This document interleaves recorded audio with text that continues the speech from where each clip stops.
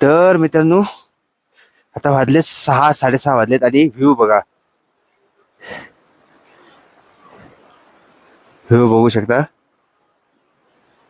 पूर्ण ग्लेशियर आणि हे भैरवनाथ टेम्पल.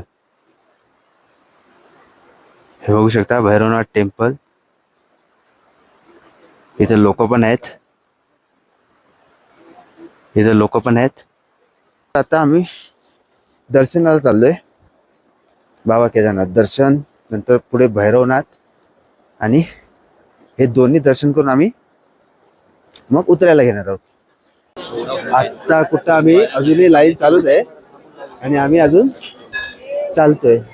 अजून एक अर्धा पाऊण तास तरी लागेलच. आणि हे बघा केदारनाथ, आणि इकडे आता हळूहळू फॉग यायला लागले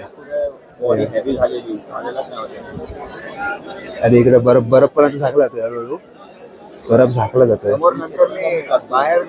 हे आहे मंदिराचा व्ह्यू. आता ह्याच्या पुढं आतमध्ये कॅमेरा व्हिडिओ शूटिंग अलाउड नाही.